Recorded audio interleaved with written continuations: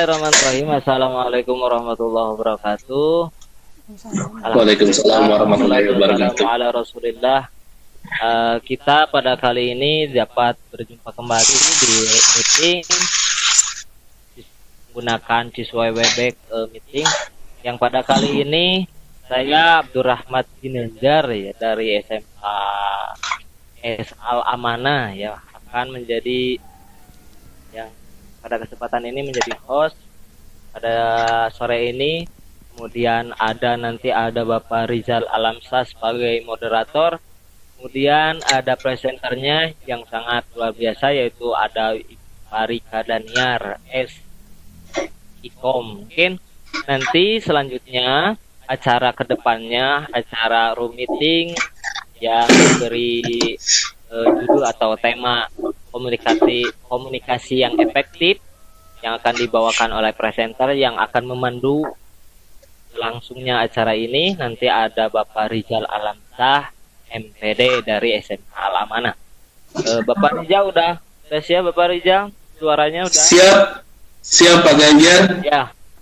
Ya langsung saja supaya bisa efektif ini waktu, kita langsung saja berikan keluasaan ini kepada Bapak Rizal sebagai moderator yang akan memimpin acara ke depan. Silakan Bapak Rizal. Ya, terima kasih kepada Bapak Abdul Rahmat Ginanjar SS sebagai host yang sudah membuka di awal dari pertemuan ini. Kita mulai saja Bapak Ibu sekalian. A'udzubillahi minasyaitonirrajim. Bismillahirrahmanirrahim. Assalamualaikum warahmatullahi wabarakatuh. Alhamdulillahirabbil alamin. Kita bertemu lagi dalam meeting kita kelompok 9. Alhamdulillah kali ini tentunya ada pembahasan yang menarik yang akan kita sampaikan kepada Bapak Ibu sekalian. Namun sebelumnya saya ucapkan terima kasih kepada rekan-rekan partisipan, instruktur yang telah hadir di room meeting kami. Alhamdulillah karena rahmat dan karunia-Nya kita bisa berada di sini dan bisa berkomunikasi walaupun dengan daring seperti ini. Insya Allah mudah-mudahan apa yang kita bahas pada sore hari ini bermanfaat untuk kita semuanya dan diberkahi oleh Allah Subhanahu Wa Taala. Amin ya Rabbal Alamin. Tidak lupa salawat dan salam kita limpahkan kepada Nabi kita Muhammad Sallallahu Alaihi Wasallam, pada keluarga, sahabat hingga pada kita selaku umatnya yang setia sampai akhir zaman. Bapak Ibu sekalian yang dirahmati Allah, pada kesempatan ini saya akan perkenalkan presenter kita yang sangat luar biasa. Inilah CV dari beliau yang akan saya sampaikan. Tak kenal maka tak sayang, maka saya perlu menyampaikan presenter pada sore hari ini. Presenter kita bernama Farika Daniar S Ikom.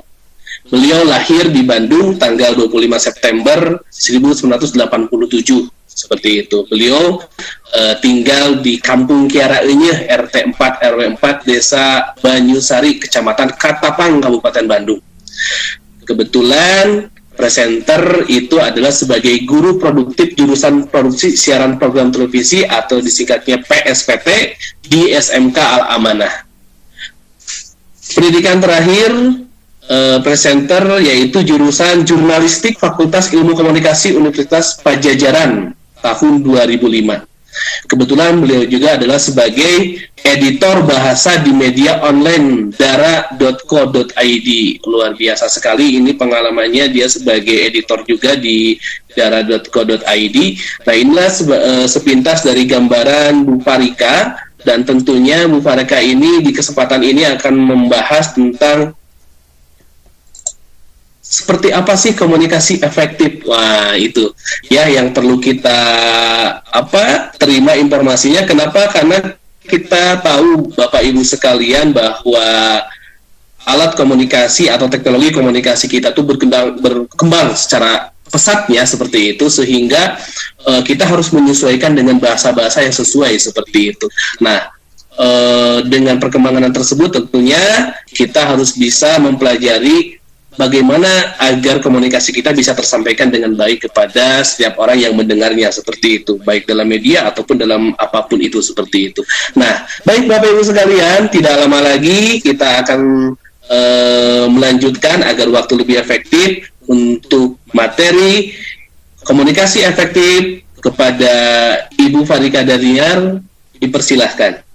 Ya, terima kasih pertama untuk Bapak host yang sudah menyediakan room meetingnya, kemudian kepada Pak Rizal ya, terima kasih sebagai moderator sudah memberikan saya kesempatan. Tidak lupa juga saya ucapkan terima kasih untuk Ibu Neni Ratnasari yang sudah hadir di room meeting ini. Kemudian ada Pak Haji Andris juga ya. Selamat sore semuanya, mudah-mudahan masih dalam keadaan semangat ya. Semangat meskipun ini jamnya jam sore dan mungkin banyak juga aktivitas yang lainnya. Tidak apa-apa, kita lanjutkan saja. Bapak Ibu, hari ini pada kesempatan ini saya akan membahas mengenai komunikasi. Sebetulnya kenapa kita harus membahas mengenai komunikasi? Karena komunikasi ini adalah hal yang begitu penting dalam kehidupan kita. Karena setiap hari ini kita berkomunikasi loh. Mulai dari kita lahir. Mulai dari kita lahir, kita sudah berkomunikasi. Komunikasi ini pun sebetulnya bisa menjadi pemecah masalah bagi kita. Tapi komunikasi juga lah yang nantinya akan memunculkan masalah bagi kita. Makanya kenapa komunikasi ini adalah hal yang mudah, tetapi ini adalah sulit gitu ya. Baik, akan saya sharekan dulu untuk materinya.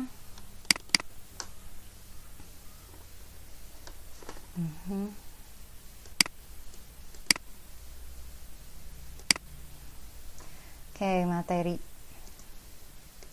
dari komunikasi ini sebetulnya banyak. Ada ruang lingkupnya dulu.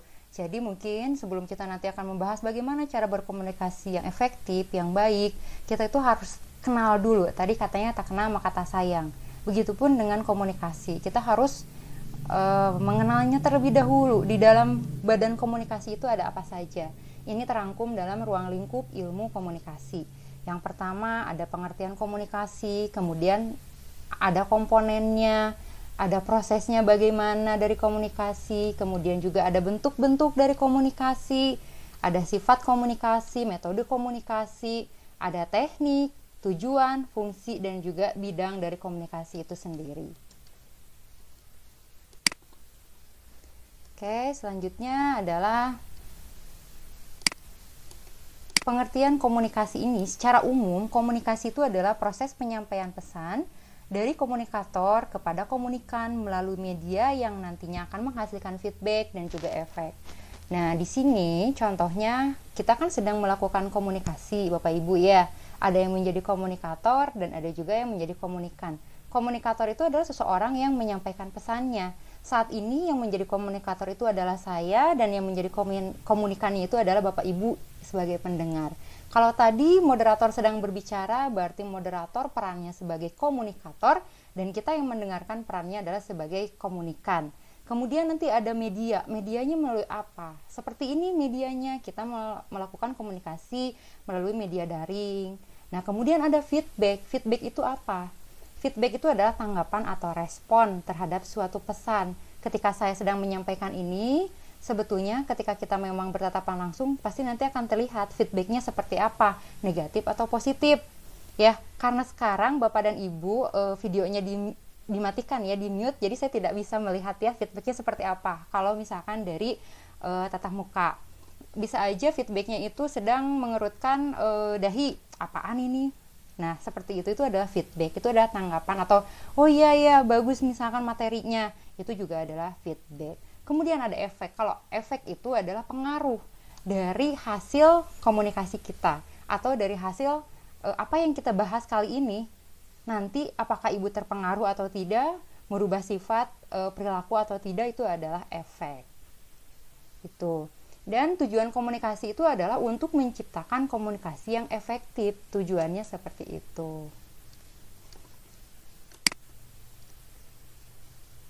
Ya, selanjutnya ada proses komunikasi.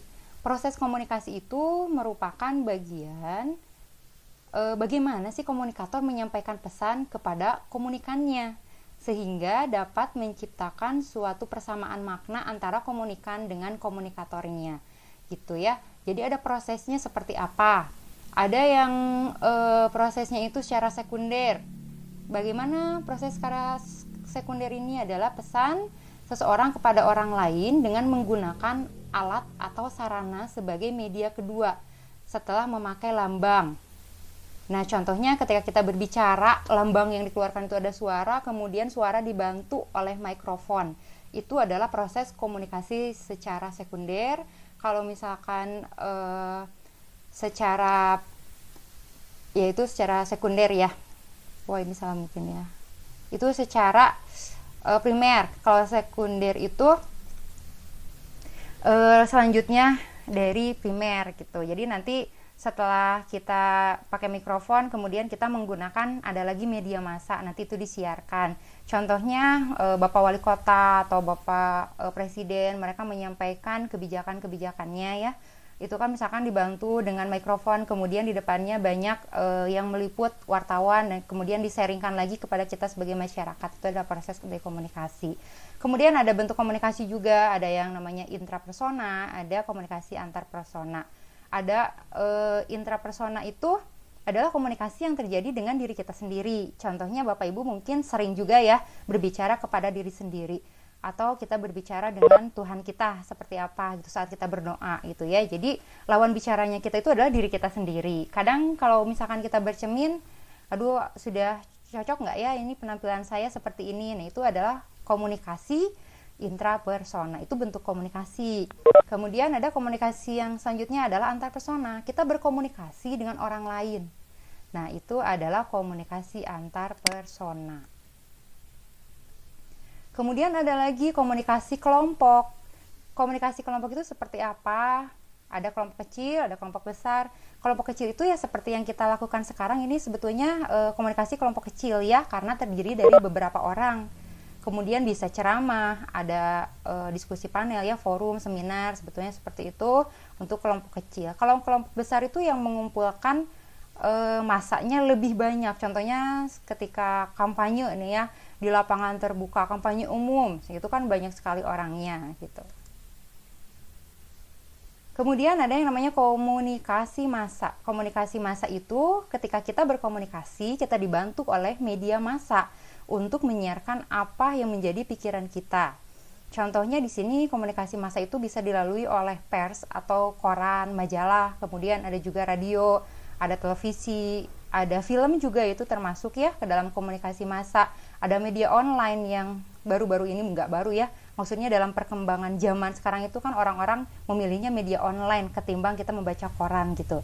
Karena kalau koran kita harus membeli lagi dan membacanya panjang lebar. Tapi kalau misalkan media online ini adalah kita bisa milih informasi mana yang ingin kita dapatkan atau tidak.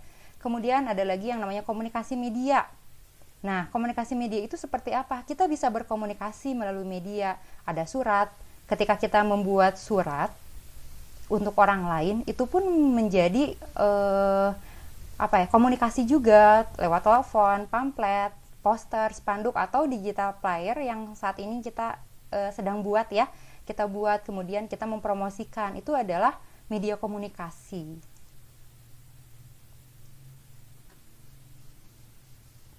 Kemudian ada sifat komunikasi.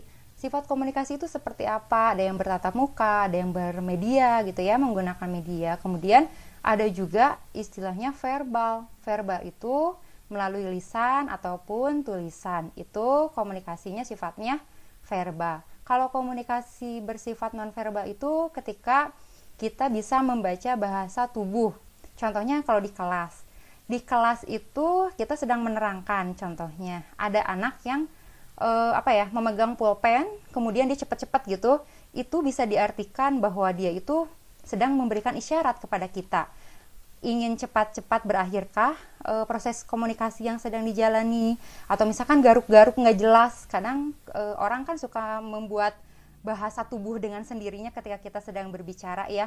Kalau kita sudah memahami tentang komunikasi, mungkin nanti ketika kita menjadi seorang komunikator, kita bakalan tahu nih lawan yang kita ajak bicara dia senang atau tidak. Karena kalau misalkan lawan yang kita ajak bicaranya tidak senang atau memberikan feedbacknya negatif, mereka akan mengeluarkan juga bahasa-bahasa tubuhnya yang memang harus kita tangkap bahasa tubuh tersebut. Kenapa? Karena ketika kita menangkap bahasa tubuh tersebut dan kita memperbaiki komunikasi kita, nanti itu baru akan terjalinlah komunikasi yang efektif. Komunikasi efektif itu sebetulnya terjalinnya di antara dua belah pihak gitu ya. Kemudian ada lagi simbol. Simbol-simbol seperti Bapak Ibu juga sudah tahu ya, kalau misalkan kita sering melihat lah simbol-simbol untuk pembelian produk misalkan ya. Dengan kata lain, wah ini mah supermarket ini misalkan dengan tulisan Y misalkan gitu ya. Atau enggak sepatu ini ada tulisan A atau H. Huruf ini untuk produk apa sih? Nah, itu juga merupakan simbol-simbol dari komunikasi. Jadi perusahaan ingin mengkomunikasikannya itu lewat simbol tersebut gitu agar lebih ngena lagi gitu. Orang akan lebih tahu seperti itu. Kemudian tujuan komunikasi. Tujuan komunikasi itu adalah yang pertama untuk perubahan sikap, perubahan pendapat, merubah perilaku, dan perubahan sosial, perubahan sikap. Ketika kita berbicara di kelas kepada anaknya bandel semua, kemudian kita memberikan materi, kemudian anaknya berubah sikapnya. Yang asalnya dia malas menjadi tidak malas, itu berarti tujuan komunikasi kita itu sudah berhasil. Kemudian ada perubahan pendapat yang asalnya, contohnya tentang COVID ini. Banyak orang yang beranggapan bahwa kenapa kita tidak boleh sholat di masjid gitu. Padahal kan sholat di masjid itu adalah hal yang harus gitu di dalam agama dan lain sebagainya.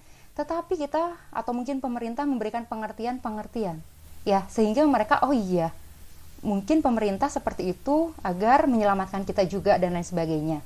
Akhirnya merubah pendapat. Setelah pendapat, akhirnya mereka memang tidak sholat lagi di masjid dengan alasan sekarang untuk keselamatan bersama. Itu adalah perubahan perilaku. Yang terakhir perubahan sosial. Semua masyarakat sekarang berada di rumahnya.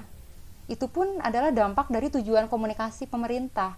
Jadi semua tujuan komunikasinya itu sudah berhasil gitu ya. Jadi dari 4 tujuan ini ketika kita ingin menyampaikan sesuatu harus dilihat dulu apakah tujuannya tercapai atau tidak.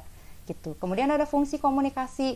Yang pertama fungsinya itu adalah untuk menyampaikan informasi. Yang kedua untuk mendidik, untuk menghibur dan mempengaruhi. Itu adalah dari fungsi komunikasi. Kemudian ada yang namanya teknik komunikasi. Ketika kita berbicara dengan orang lain, terserah kita ingin menggunakan teknik yang mana dalam komunikasi. Yang pertama itu ada informatif. Apakah kita hanya ingin menyampaikan saja informasi dengan ini sekarang harga cabai naik misalkan, itu adalah informatif. Kita hanya menginformasikan bahwa harga atau harga kebutuhan pokok itu naik. Kemudian ada lagi komunikasi persuasif, di mana kita mengajak.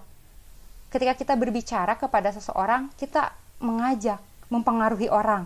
Itu adalah teknik komunikasi persuasif yang mungkin sering juga dilakukan oleh Bapak Ibu ya, mau dalam kehidupan sehari-hari ataupun di dalam kelas. Kemudian ada komunikasi instruktif. Itu seperti apa contohnya? Menginstruksikan, harus, kudu, wajib gitu ya. Itu adalah komunikasi instruktif.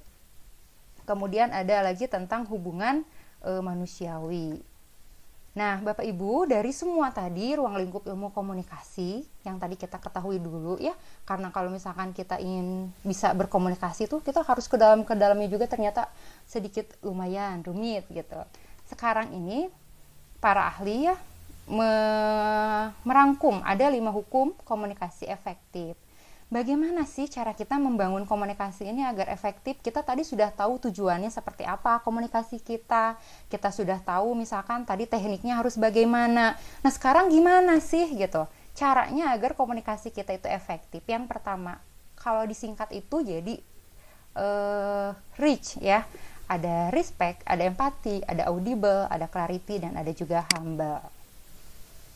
Respect itu seperti apa? Ketika kita menjadi seorang komunikator, kita harus bisa memposisikan bahwa kita ini adalah seorang komunikator. Atau kita ketika menjadi komunikan, kita juga memposisikan diri kita itu adalah komunikan. Kita harus memiliki rasa hormat dan rasa sikap menghargai. Itu adalah hukum yang pertama kita di dalam berkomunikasi, itu adalah menghargai.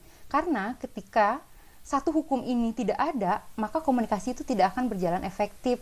Karena di antara kita tidak adanya rasa saling menghargai. Contohnya mungkin saat ini kita sedang melakukan sharing daring seperti ini. Ketika salah satu di antara kita ada yang tidak menghargai, pasti ini akan terjadi kendala dan akhirnya komunikasi kita tidak tersampaikan dengan baik. Berarti nanti kita komunikasinya tidak efektif. Seperti itu ya. Jadi suatu komunikasi yang dibangun atas dasar sikap saling menghargai dan menghormati akan membangun kerjasama di antara orang-orang yang terlibat di dalamnya. Makanya sekarang saya ucapkan terima kasih untuk Bapak Ibu semuanya, karena kita sudah memenuhi hukum yang pertama ini adalah respect, yaitu saling menghargai. Yang keduanya itu adalah empati. Empati itu seperti apa kira-kira ya? Empati adalah kemampuan kita untuk menempatkan diri kita pada situasi atau kondisi yang sedang dihadapi oleh orang lain. Ini pun menjadi syarat yang sangat penting di dalam berkomunikasi. Contohnya, ibu menghadapi orang tua siswa, ya mungkin karena kebanyakan guru juga ya, menghadapi orang tua siswa. Oke, orang tua siswa menjadi komunikator ketika mereka menyampaikan keluhannya kepada Bapak Ibu sebagai guru di sekolah. Kemudian, Bapak, keadaan saya seperti ini, Pak. Kemudian saya keuangannya seperti ini, saya tidak bisa membayar, atau mungkin anak saya seperti ini, bla bla bla gitu ya, Bu ya. Ketika kita tidak ada rasa empati, maka kita juga tidak akan mungkin bisa melakukan komunikasi dengan baik. Pasti di dalam hati kita, apa sih si ibu ini? Saya tidak bisa merasakan apa yang ibu rasakan, misalkan ya gitu ya. Nah, seharusnya kita memang harus berempati.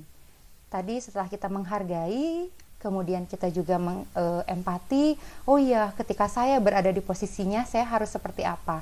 Mungkin saya pun akan merasakan hal yang sama gitu. Kemudian yang selanjutnya itu ada audible.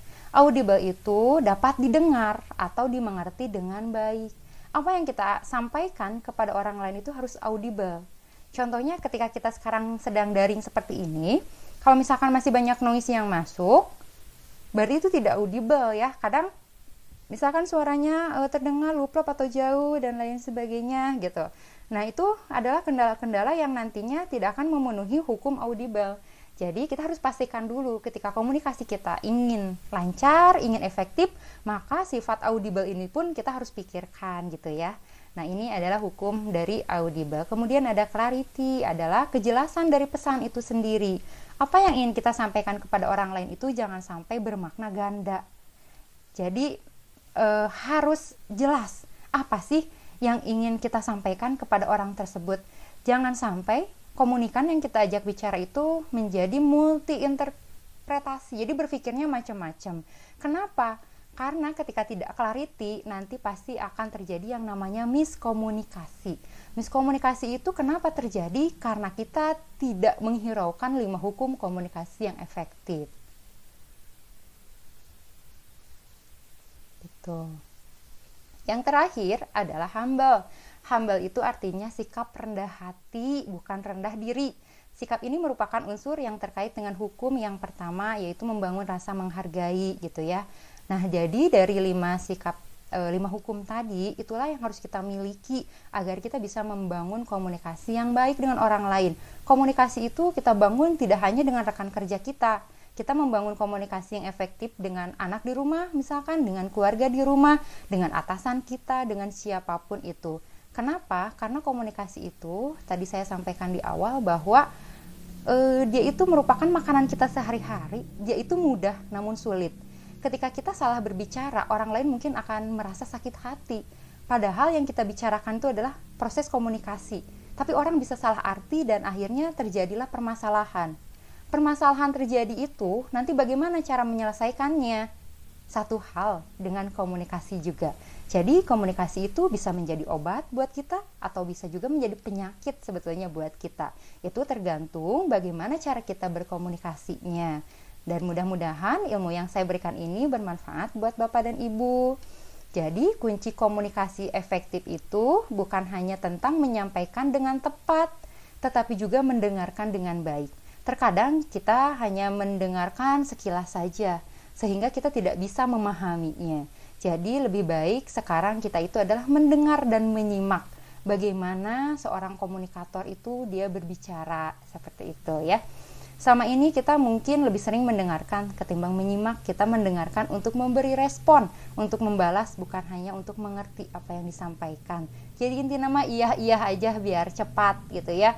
Nah, Jika kita menjadi komunikan yang seperti itu, nanti komunikasi tidak akan sampai dengan baik. Ketika komunikasi atau pesan tidak sampai dengan baik, maka komunikasi kita itu tidak berjalan efektif. Mudah-mudahan ilmu yang saya sampaikan bisa bermanfaat buat ibu bapak semuanya. Ataupun ada kekurangannya atau ingin yang menambahkan, dipersilahkan. Saya kembalikan ke moderator. Silahkan Bapak. Iya, luar biasa sekali Bu Farika. Aplaus yang luar biasa untuk Bu Farika, dari penyampaiannya sangat luar biasa. Bagaimana kita bisa memahami komunikasi efektif, tentunya luar biasa. Tadi banyak sekali informasi yang diberikan kepada kita semuanya, bagaimana kita menggunakan komunikasi kita agar bisa lebih efektif seperti itu. Tentunya ada beberapa, ternyata komunikasi itu banyak ya. Ternyata banyak sekali yang perlu harus kita pelajari tentang komunikasi, dan kemudian kita juga bukan hanya untuk penyampai, tapi penerima juga, pendengar, seperti itu. Bahkan tadi disampaikan ada 5 hukum komunikasi efektif yang disingkat dengan RIS ya, seperti itu. Luar biasa, ternyata yang harus dilakukan oleh kita agar komunikasi kita lebih efektif lagi, seperti itu. Baik Bapak Ibu sekalian, dari pemaparan barusan tentunya menjadi sebuah pertanyaan bagi Bapak Ibu sekalian, partisipan yang ada di room ini. Kami buka sesi pertanyaan untuk membahas, berdiskusi, atau memberikan saran atau masukan bagi kami, seperti itu. Silakan, atau berbentuk pertanyaan, silakan Bapak Ibu sekalian boleh mengacungkan tangannya, atau Bapak Ibu bisa langsung mengaktifkan audionya. Nanti ketika saya panggil namanya, silakan untuk menyampaikan pertanyaannya langsung saja, seperti itu. Silakan Bapak Ibu sekalian untuk memberikan tanggapan bagi kelompok kami.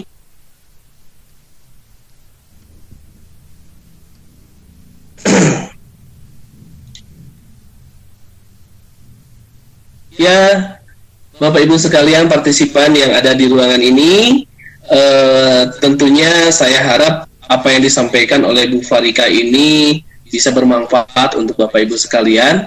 Namun kami juga membutuhkan feedback dari Bapak Ibu sekalian. Ini salah satu bentuk dari komunikasi efektif. Jadi ada yang memaparkan, ada yang menyampaikan, ada komunikator tadi ya, seperti itu. Dan mungkin Bapak Ibu yang mendengar di room ini, Bapak Ibu bisa menyampaikan apa yang menjadi sebuah pertanyaan mungkin dari Bapak Ibu sekalian, karena sebenarnya dari awal pun kita sudah berkomunikasi dengan Bapak Ibu sekalian, kemudian sehingga terwujudnya kegiatan ini, program ini tentunya dengan komunikasi yang baik, sehingga kita bisa melakukan segala tugas yang dilaksanakan, seperti itu. Khususnya bagi kelompok kami, ketika kita mengerjakan sesuatu hingga terwujudnya apa yang kita harapkan, tentunya membutuhkan komunikasi yang baik, sehingga ini bisa terwujud dengan sesuai dengan apa yang kita harapkan. Nah, baik Bapak Ibu sekalian, saya meminta tanggapan atau pertanyaan dari Bapak Ibu sekalian. Silahkan untuk di chat boleh, kalau yang enggan untuk menyampaikan suaranya, tetapi kalau yang mau silahkan boleh mengaktifkan audionya untuk menyampaikan, seperti itu. Atau Bu Farika ada sesuatu yang disampaikan lagi, kira-kira ada yang kurang atau seperti apa mengenai komunikasi yang mungkin tidak kalah pentingnya, seperti itu, untuk diketahui oleh partisipan yang ada di ruangan ini. Itu Bapak Dida itu. Silahkan Pak. Oh, siap Pak Dida, saya sudah aktifkan suaranya. Silakan untuk menyampaikan apa yang menjadi sebuah pertanyaan dari Bapak Dida. Terima kasih atas kesempatan yang diberikan kepada saya, Bapak moderator. Tidak apa-apa, Ibu. Maaf Ibu Dida. Saya di Sunda itu Dida kan bisa bapak-bapak, bisa ibu-ibu. Iya. Silahkan Ibu Dida untuk menyampaikan pertanyaannya. Terima kasih Bapak. Perkenalkan, nama saya Zaida Ramdhani. Dida itu nama panggilan. Saya bekerja di SD Plus Marhas di Margahayu. Yang ingin saya tanyakan kepada Ibu, sebenarnya meminta saran ya Bu, masukan dari Ibu. Bagaimana tips dan triknya menurut Ibu jika kita harus berkomunikasi ke ada seorang siswa misalnya di kelas saya yang anaknya tuh benar-benar langki nyarios gitunya monsor orang Sunda mah. Jadi benar-benar kalau ngejawab tuh ya tidak terus nunduk aja, si pandangan matanya tuh nggak pernah kayak kelihatan antusias saya pikir cuma ke guru, tapi setelah diperhatikan ke teman-temannya juga gitu, kayak enggak, tapi dia bukan ABK autis kayak gitu, enggak, dia biasa reguler lah ya, bukan ABK gitu. Cuman dalam komunikasi itu sangat-sangat sulit berbicara, harus dibujuk-bujuk, harus di kalau tes lisan itu suaranya kecil banget gitu. Jadi kadang kalau bicara dengan anak ini seolah-olah kita ramenya lira gitu. Responnya teh kirang tah kumaha jadi Sunda. Bagaimana tips dan triknya menurut Ibu dengan mengingat bahwa ini anaknya usia SD kelas 6 ya, Bu. Gitu. Ya. Terima kasih sebelumnya. Iya. Ya, sama-sama Bu Juraida, luar biasa sekali pertanyaannya. Tentunya ini meminta tips nih Bu Farika, bagaimana untuk menyikapi, menangani ketika kita berhubungan dengan siswa yang cenderung pendiam, dan ketika ditanya mungkin menjawab, tapi penjawaban juga tidak terlalu panjang, cukup pendek, oh iya, tidak, oh, mungkin seperti itu.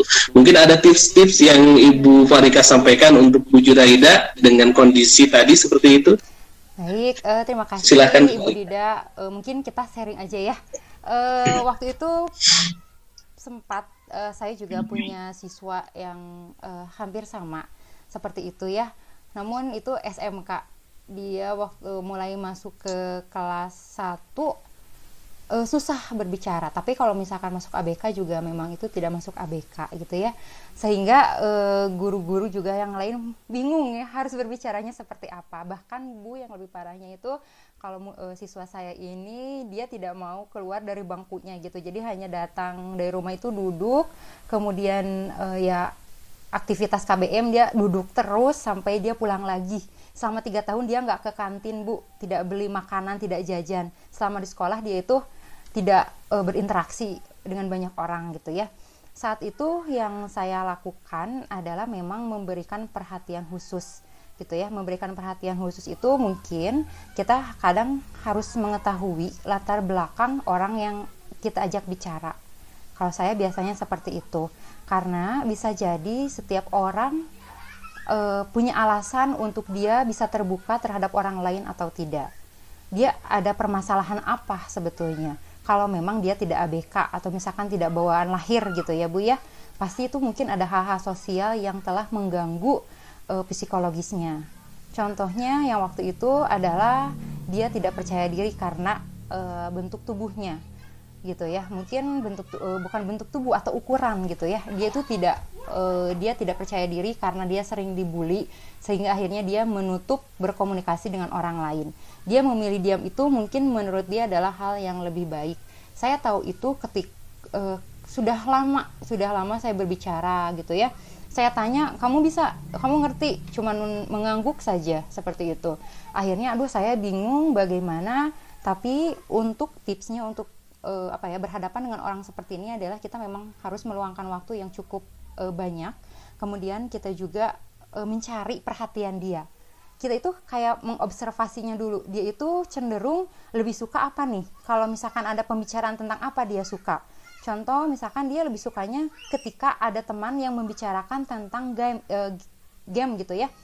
Oh, berarti dia lebih cenderung dia senang ke game. Bagaimana cara kita pendekatan ke dia adalah ya udah pura-pura aja kita masuk ke dunianya dia. Kita berbicara aja dulu tentang game. Wah, nanti bla bla bla seperti ini, kita mencari tahu. Dari situ ketika sudah ada celah sedikit kita berbicara dengan dia, baru kita nanti bisa mengorek. Oh, kamu suka game ini ya, kamu ini ya. Oke, misalkan. Ya udah, kita tidak bisa memaksakan dalam waktu yang cepat. Kenapa? Karena kalau menurut saya tentang pilihan gitu ya, tentang psikologi seseorang, psikologi komunikasi juga, itu yang menentukan adalah dirinya sendiri. Ketika dia sudah menutup apapun itu, pasti dia akan menutup dirinya. Jadi kita lebih banyak pendekatan, kemudian kita cari tahu dulu dia itu senangnya apa, dia itu kalau tertarik dengan orang lain, apa yang membuat dia tertarik. Ketika kita sudah tahu apa yang membuat dia tertarik, cobalah kita masuk ke dunianya itu, baru nanti kita akan bisa mengajak atau mempengaruhi dia dengan apa yang kita pikirkan atau mungkin dengan materi-materinya seperti itu. Kemudian nanti ketika dia sudah mulai mau bicara, misalkan dia sudah mulai bicara ya seperti biasa ya, kita selalu memberikan respon positif gitu terhadap anak tersebut. Biasanya Waktu itu yang saya contohkan, anak itu dia suruh presentasi selama 1 tahun di kelas 1, dia tidak mau sama sekali. Ketika dia pun ke depan, itu yang dia lakukan hanya berdiri, meskipun saya suruh, ya udah kamu 10 menit berdiri, 1 jam berdiri.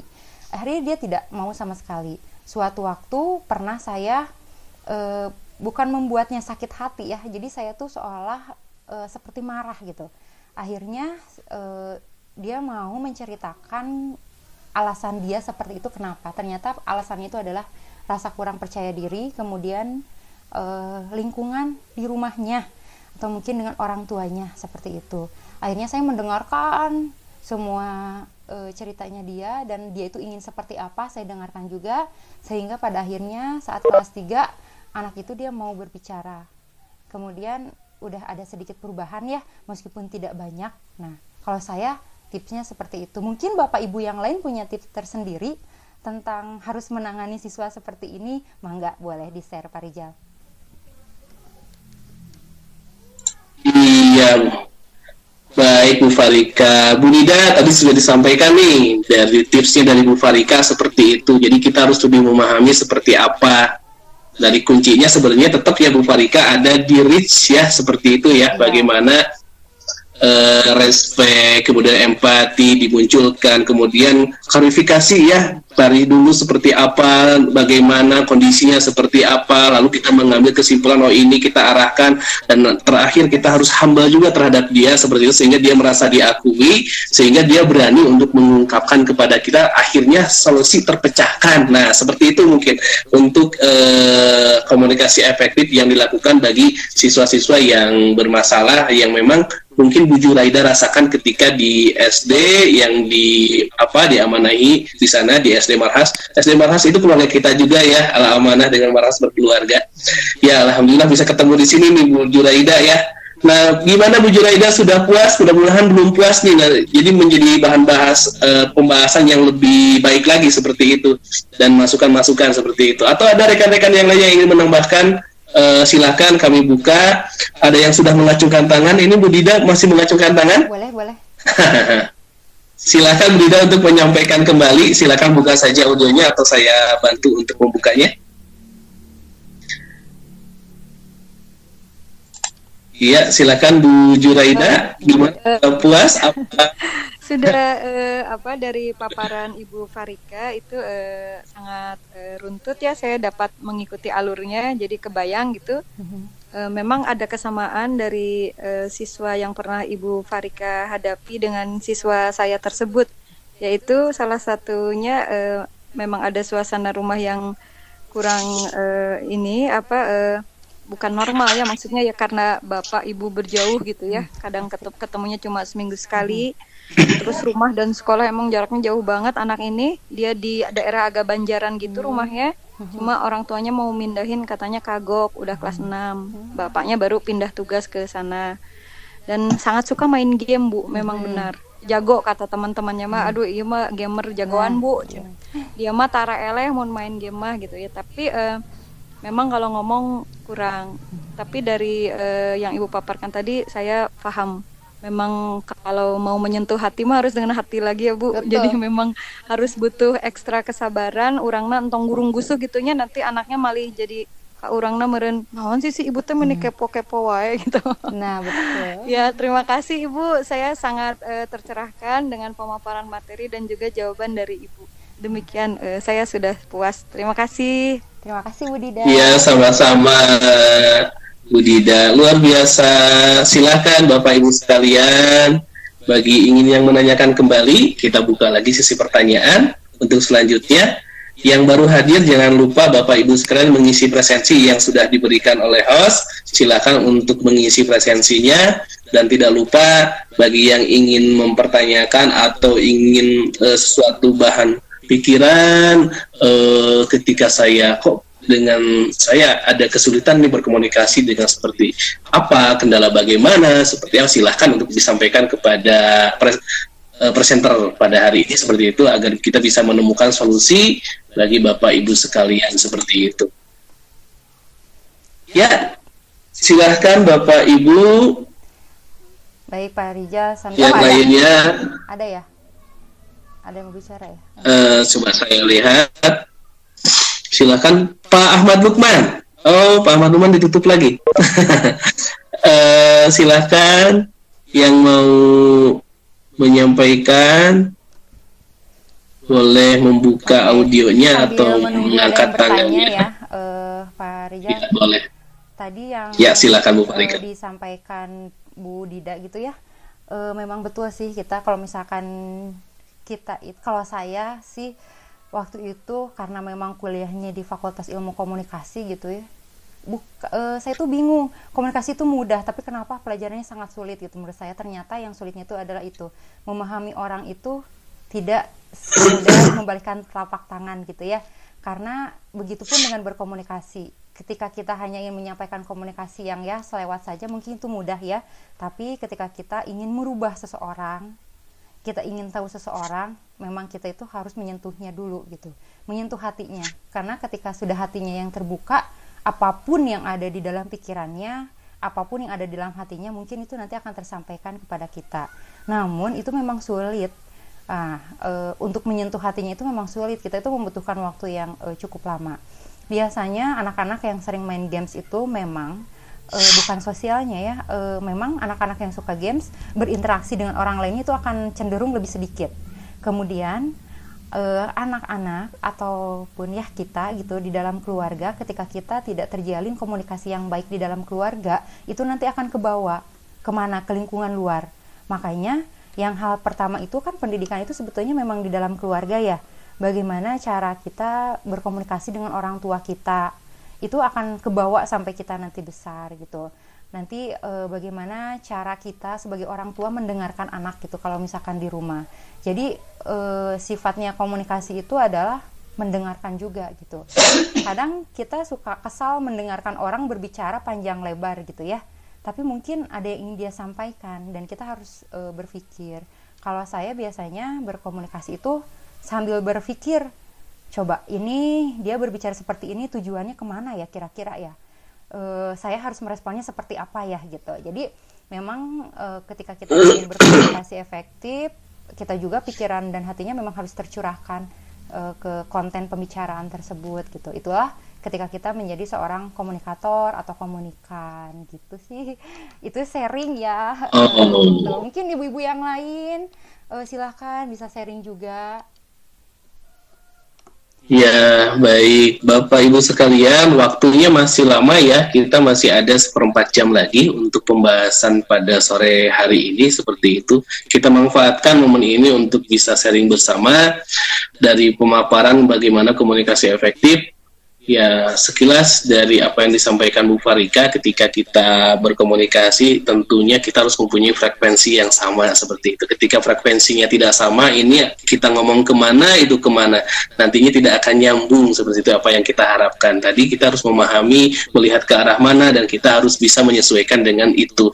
Nah, itu berarti kan harus satu frekuensi. Itu seperti Ainun Habibie ya, filmnya. Samakan frekuensi itu frekuensi seperti itu ya. Nah, baik Bapak Ibu sekalian, ternyata banyak sekali informasi yang kita dapat pada hari ini. Bagaimana kita bisa memahami agar bisa berkomunikasi dengan baik, bagaimana menyamakan frekuensi, bagaimana kita bisa memahami orang lain dengan sebuah komunikasi. Nah, agar bisa berjalan dengan lancar, silakan Bapak Ibu sekalian untuk memberikan tanggapannya, dan jangan lupa yang belum mengisi presensinya untuk mengisi presensinya, dan tentunya Bapak Ibu sekalian di materi ini tentunya banyak sekali yang ingin dipahami oleh Bapak Ibu sekalian sebagai pendidik tentunya, karena bagaimana seorang guru menyampaikan kepada siswa transformasi ilmu ini membutuhkan komunikasi yang baik untuk penyampaian. Makanya dalam pendidikan kita juga sering mengenal dengan ilmu-ilmu yang lain ya, seperti kita ice breaking, bagaimana mencairkan suasana, itu sebenarnya untuk menyamakan frekuensi seperti itu. Bagaimana anak tersebut bisa menerima kita, yang tadinya anak itu memikirkan hal sesuatu yang beda, pemikiran orang lain mungkin pemikirannya berbeda-beda semuanya, ada yang ingin main di sana, ada yang ingin berkomunikasi dengan temannya, ada yang masih memikirkan gamesnya tadi seperti itu, ada yang lainnya. Ketika Ibu tampil di sebuah kelas, tentunya harus bisa menekan frekuensi dulu, bisa dengan cara ice breaking tadi seperti itu, sehingga kalau sudah cair, konsentrasinya sudah ke Ibu, apa yang Ibu sampaikan akan mudah sampai kepada penerima informasi itu, seperti itu. Itu juga akan mempermudah, atau sesuatu yang baru seperti itu. Nah, ini Bu bisa digunakan. Apakah ice breaking itu bisa dilakukan dengan permainan ataupun dengan sesuatu yang membuat perhatian dari peserta didik kita seperti itu. Itu mungkin bisa menjadi alternatif Bapak Ibu sekarang ketika menyampaikan komunikasi di depan kelasnya. Atau ada mungkin Bu Farika tips lagi nih seperti itu. Ada nggak tips-tips lain seperti itu untuk ketika menyampaikan depan tips menyamakan? Ada yang tadi sifat komunikasi ya, ada yang verbal, non verbal. Sebetulnya bahasa tubuh deh, misalkan kita lagi mengajar, kadang anak itu seperti memperhatikan semuanya. Tapi kalau sharing aja ya, kalau misalkan di kelas itu saya berbicara seperti ini gitu. Kemudian mereka itu semuanya melihat ke depan pandangannya.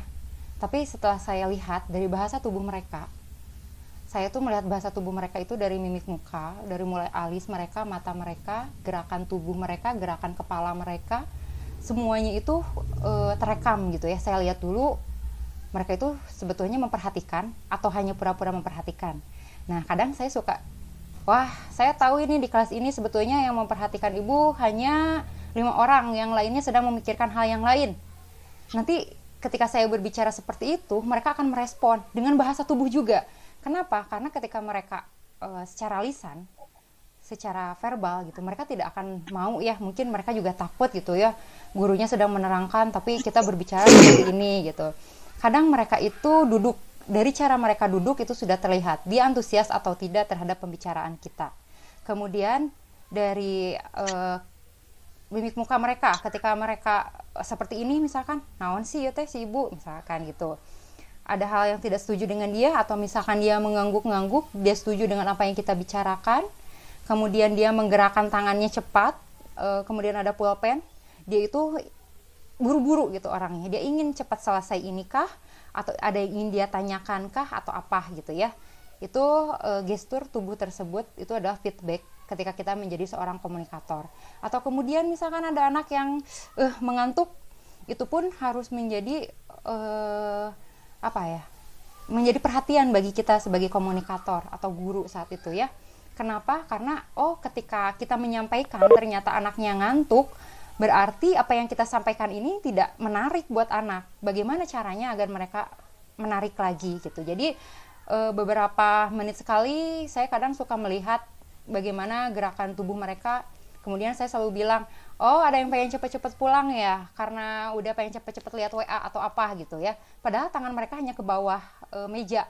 Tapi saya langsung bilang, ternyata ke bawah itu sudah pengen WA-an ya, atau misalkan ingin keluar atau main game online gitu.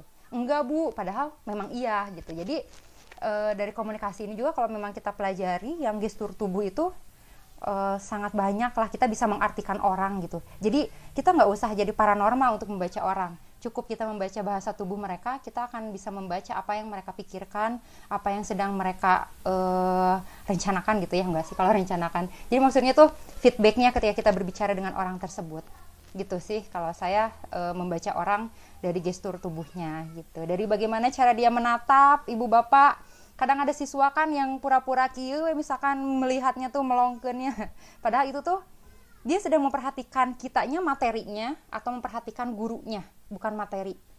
Nah seperti itu. Ada pertanyaan ya Pak Rizal, ada pertanyaan?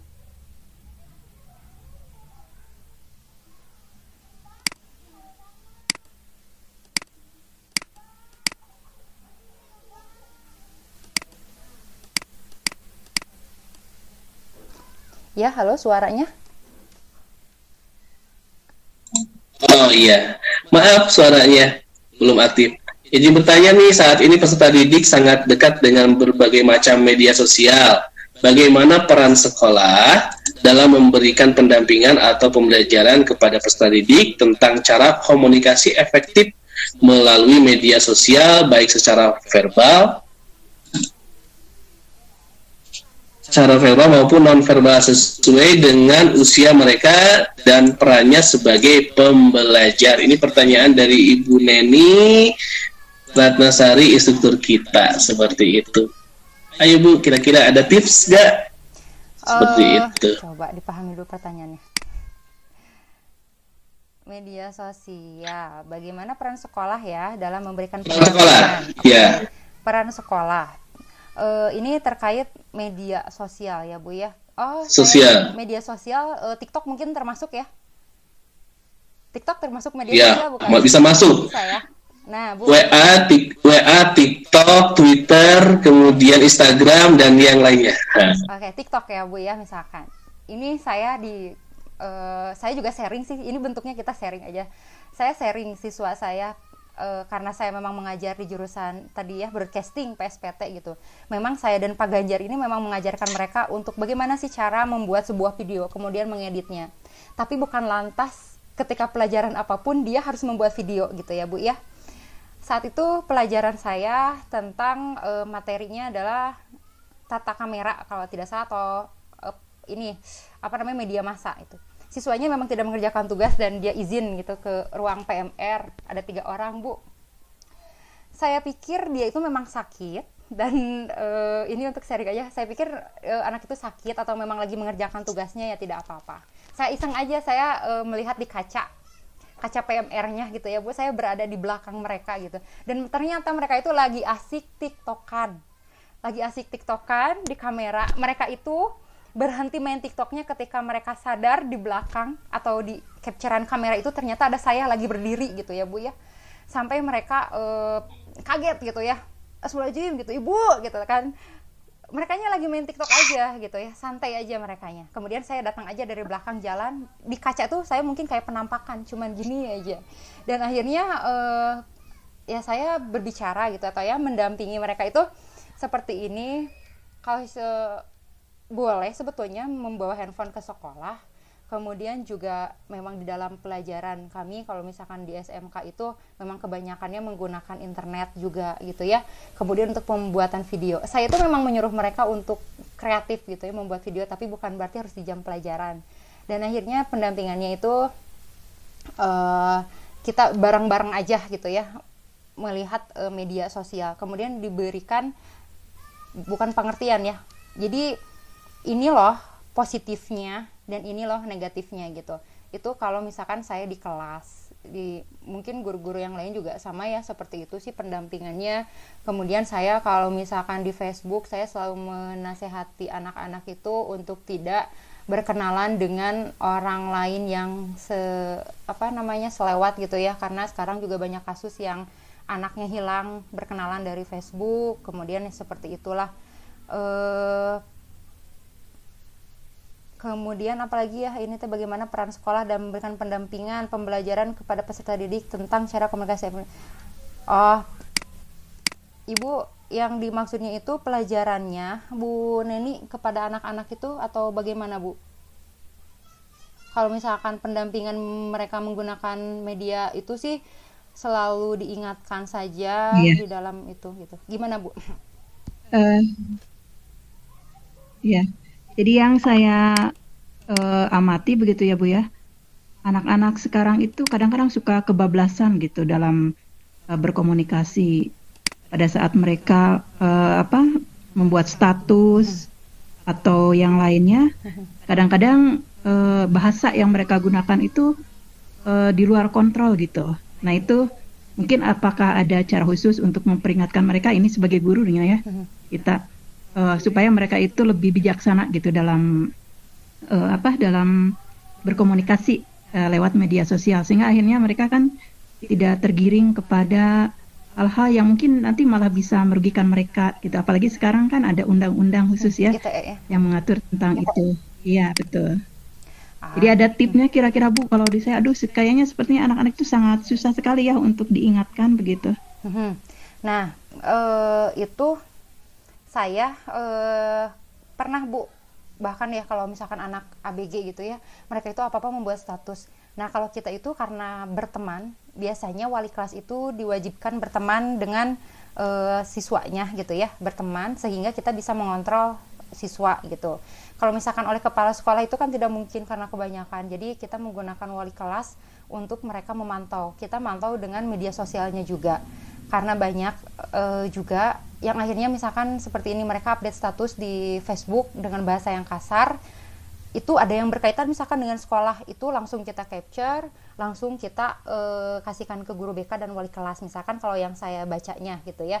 Kemudian ditanya ini permasalahannya apa gitu. Nanti diberitahunya bahwa kamu itu harus hati-hati dalam seperti ini gitu ya, kan tidak boleh berbicara kasar di media dan lain sebagainya. Kemudian ada juga yang misalkan di status WhatsApp gitu ya. Tapi anak-anak itu biasanya mereka tidak akan save nomor tidak akan save nomor guru gitu ya biasanya.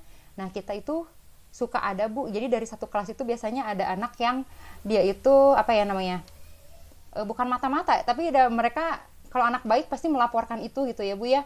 Dan mereka selalu meng-capture kalau misalkan ada hal-hal yang tidak baik dilakukan oleh temannya.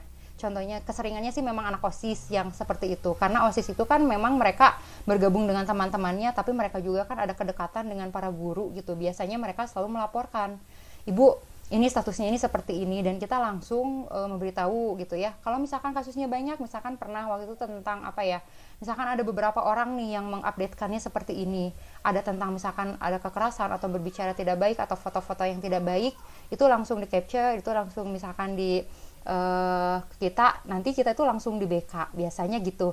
Pas dicari tahu dulu kenapa kamu update ini, kenapa kamu marah seperti ini gitu ya, atau misalkan tujuan kamu bagaimana itu. Nah, itu karena dengan kita berkomunikasi membuat status, sebetulnya permasalahan bukannya jadi selesai, malahan orang yang asalnya tidak tidak merasa jadi malah tersinggung juga dengan statusnya, itu kan jadi malah terus-terusan bermasalah. Kita kasih pengertian seperti itu Bu. Kemudian ya intinya, nah setelah nanti dilihat dulu berapa banyak kasus, biasanya kita seperti itu, wali kelas dengan BK itu berapa banyak nih kasus anak-anak yang sekarang nih tentang media sosial.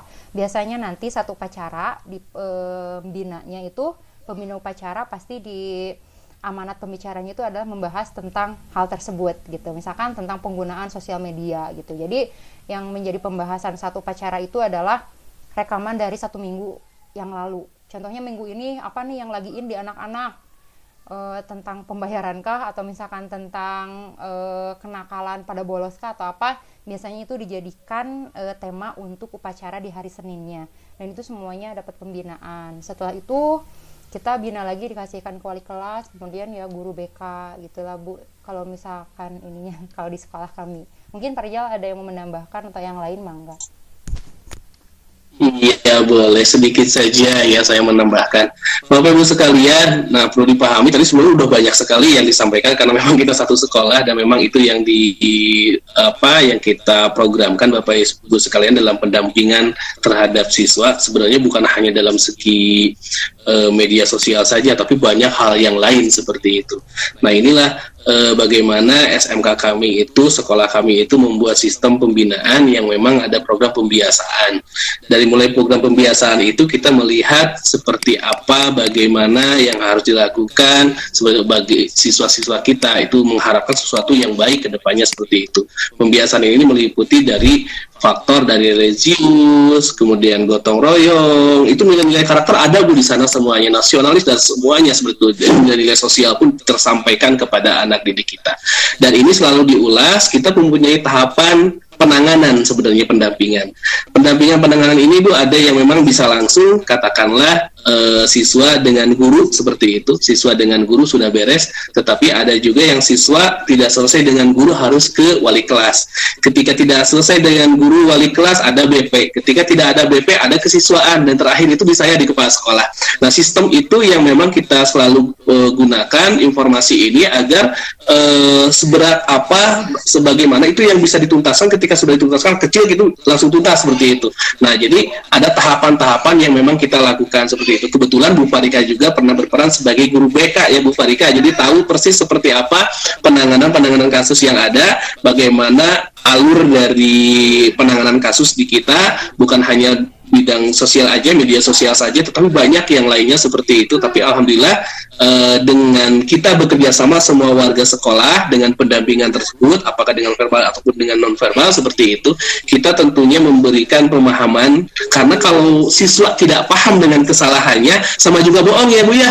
Jadi harus tahu dulu siswa itu salahnya dari mana gitu kan, seperti itu dan seperti apa. Nah ini mungkin kita harus memberikan pemahaman-pemahaman itu. Pemahaman ini pun kita berikan bukan hanya pada saat pembelajaran atau dalam kegiatan upacara saja, tetapi dari mulai siswa itu masuk ke sekolah kita. Nah ini sudah mulai ditangani oleh kita bagaimana mungkin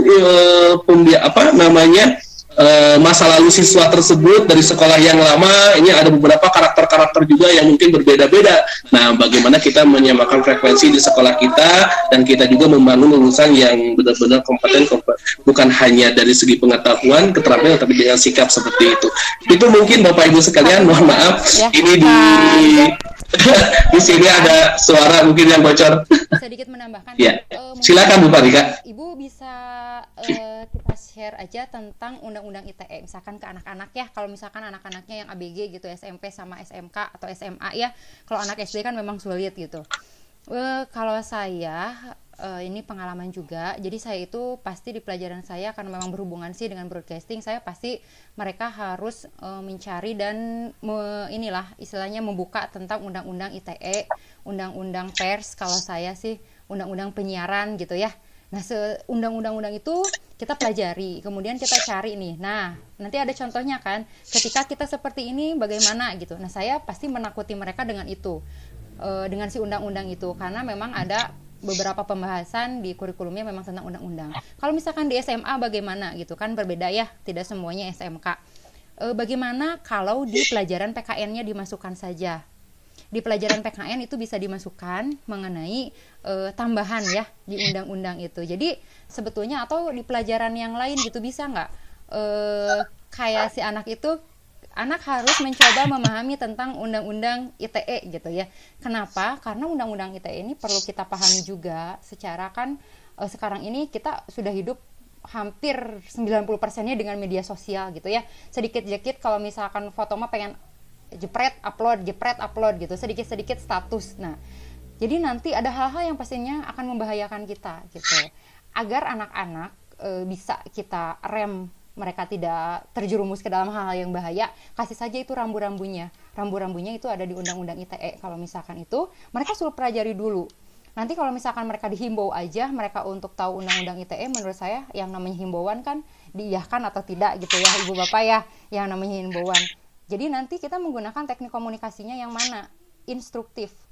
Kita suruh aja dia, silakan kamu pelajari Undang-Undang ITE, kemudian dirangkum, kemudian disampaikan lagi kepada temannya, misalkan seperti itu sih kalau saya.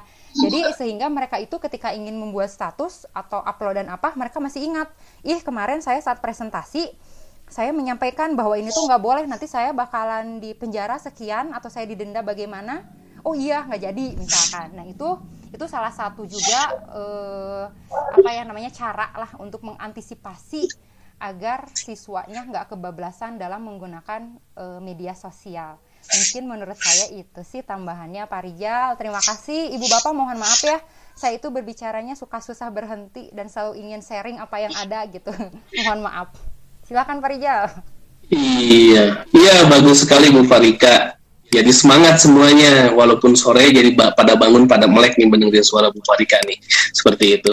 Nah Bu Farika, kita sudah, rekan-rekan semuanya, kita sudah sampai kepada jam akhir, bahkan sudah lebih 5 menit seperti itu. Saya rasa informasi yang kita sampaikan itu belum maksimal. Nah, kenapa? Karena mungkin banyak sekali ya komunikasi yang perlu disampaikan kepada Bapak Ibu sekalian. Namun apapun itu tentunya kita dengan niat yang baik, dengan niat yang tulus untuk menyampaikan ilmu ini kepada Bapak Ibu sekalian. Mudah-mudahan apa yang disampaikan itu bermanfaat untuk Bapak Ibu sekalian semuanya, seperti itu. Bu Farika, nah untuk terakhir nih, kira-kira ada yang disampaikan kepada partisipan kita. Kemudian ada beberapa instruktur yang memang hadir di room kita ini, seperti itu, untuk menutup dari materi tentang komunikasi efektif.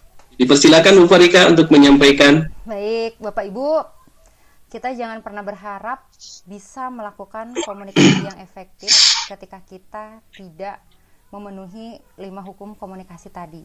Kenapa? Karena dari 5 hukum komunikasi tadi itu adalah pilar-pilar yang mendukung bagaimana cara kita berkomunikasi. Kemudian kita juga jangan pernah berharap bahwa kita akan didengar oleh orang lain ketika kita menjadi komunikator, ketika kita tidak pernah menghargai komunikator saat kita berperan sebagai komunikan. Sehingga kuncinya dari komunikasi itu adalah saling menghargai dan mau mendengarkan juga menyimak apa yang sedang kita bicarakan.